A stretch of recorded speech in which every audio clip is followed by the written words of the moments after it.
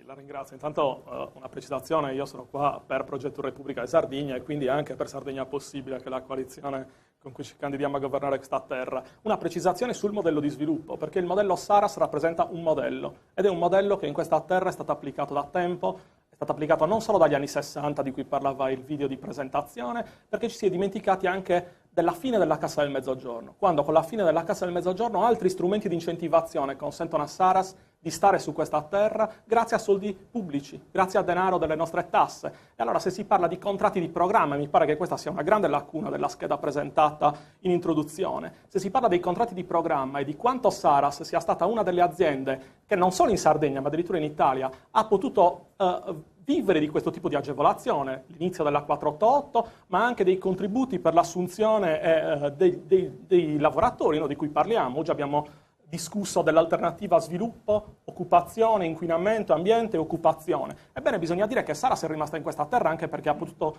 prendere tanti denari. Si parla, mi correggerà il direttore, ma si parlerà di circa 200 milioni di euro di finanziamento nei 3 contratti di programma, l'unica azienda in Italia ad aver preso 3 contratti di programma. E allora da indipendentista, da repubblicano quale sono, mi viene da pensare che c'è il modello Saras, è un modello che in Sardegna è stato applicato ed è il modello che va sradicato, non perché ce l'abbiamo contro l'industria, ma perché bisogna impostare un diverso modo di ragionare su questa terra. Foraggiamento dell'industria con i soldi pubblici. Perché quel tipo di finanziamento dato a Saras ha cancellato il tessuto della piccola e media impresa che in Sardegna poteva crescere, perché i contratti di programma favorivano a Saras la diversificazione Allora, il progetto Eleonora è un tentativo di un'impresa privata di impadronirsi di una risorsa che appartiene al nostro popolo, alla nostra nazione, a sfregio della volontà della comunità locale.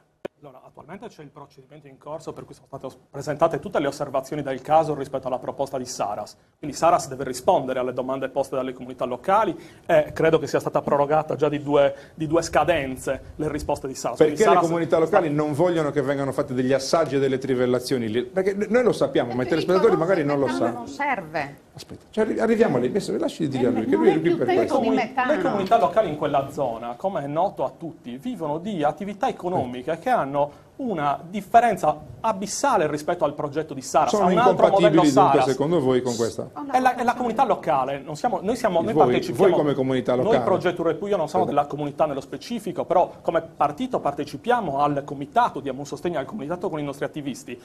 Questa comunità si è espressa chiaramente, si sono espressi tutti i sindaci del territorio. Quindi il problema è autodeterminarsi, quindi poter scegliere, oppure essere in balia delle decisioni di un'impresa privata. Questo è il problema. E la Regione Sardegna dov'è in questo scenario? Chi è che deve dare la risposta alla Saras se può o no effettuare gli assaggi? È la Regione Sardegna?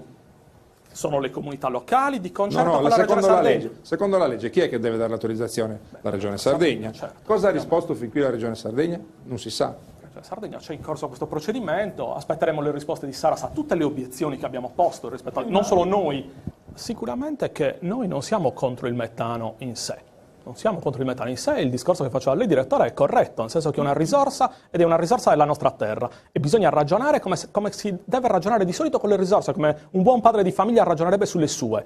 Ora, quello che diceva Claudia Zunchedda è corretto, manca un piano energetico dal 2006, la Sardegna è stata in balia di tutti e tutto. Io ricordo una bella chiacchierata con un sindaco che, vistosi la proposta di una serra fotovoltaica nel suo comune, aveva la richiesta da esaudire nel giro di tot settimane per la questione della risposta che si deve dare a una proposta di un'impresa. Il sindaco è stato abbandonato dalla regione, è stato abbandonato da chi doveva supportarlo nelle scelte. Ora, piano energetico subito, perché a distanza di 8 anni è come essere rimasti senza governo di questa terra. Quindi la comunità di Arborea ha già un suo modello di sviluppo, ha dimostrato che vale e che ha un senso in questa economia, che ha un senso anche per il futuro, se si mettono anche dei correttivi a quelle che sono le storture, anche di quel modello dell'economia industriale, dell'agroalimentare, e siamo qua per difendere questo modello. Voi domenica siete lì per parlare Siamo di queste lì con vicende? un host per parlare di agricoltura e del futuro del cibo.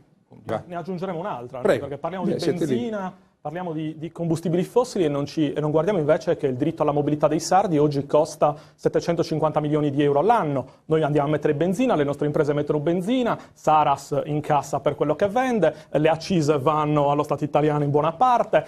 C'è un futuro diverso da disegnare e da scrivere. Noi presentiamo un patto per la mobilità elettrica, un piano per la mobilità elettrica che con l'investimento di 70 milioni di euro dal POR, FESR 2014-2020, ci permetterebbe di infrastrutturare il territorio per trasformare questa terra, per immaginarla proprio in termini diversi anche dal punto di vista turistico. E nel giro di anche nel patto dei sindaci. Nel giro di 5 anni noi potremo fare in modo che la Sardegna con 20-30 mila auto elettriche, quindi sostituendo il parco auto pubblico e incentivando l'acquisto dei privati, riesca ad avere una filiera nuova sul nostro territorio, garantendo anche un'immagine completamente diversa del futuro di questa terra, che attualmente invece è legata al petrolio, al modello Saras, a tutto quello che il passato i partiti italiani in Sardegna hanno difeso. Allora, di proposte e parole ne abbiamo sentito negli ultimi 50 anni tantissime. Oggi è tempo di chiudere con questo percorso. Bisogna aprirne un altro di percorso. Il percorso per noi si chiama Sardegna Possibile, che è un passo verso la nostra Repubblica possibile, è un passo che ci farà fare un piano energetico nazionale per questa terra che valorizzi le 377 comunità, le imprese, il territorio, che dia risposte veramente ai disoccupati. Perché nel frattempo l'unica cosa che sta chiudendo sono i nostri paesi, che nel giro di 20 anni moriranno perché non ci sono più bambini, perché non ci sono più famiglie, perché non c'è più lavoro. E questo è stato fatto dalla classe dirigente